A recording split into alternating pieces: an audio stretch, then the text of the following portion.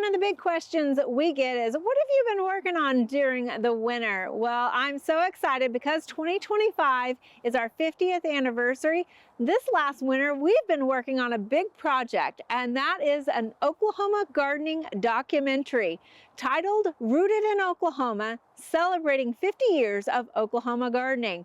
Over the past year, we've been interviewing so many people that have been a part of this show's history, as well as digging through the classic videos and the archives to bring to you the story of Oklahoma gardening.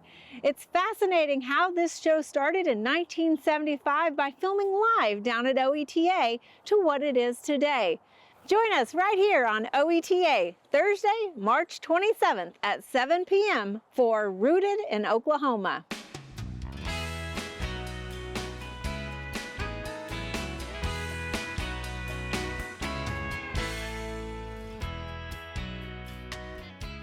We hope you enjoyed this video as part of our Oklahoma Gardening YouTube channel. You can also find even more videos on the OK Gardening Classics YouTube channel. And join us on social media for great gardening tips, photos, and discussion.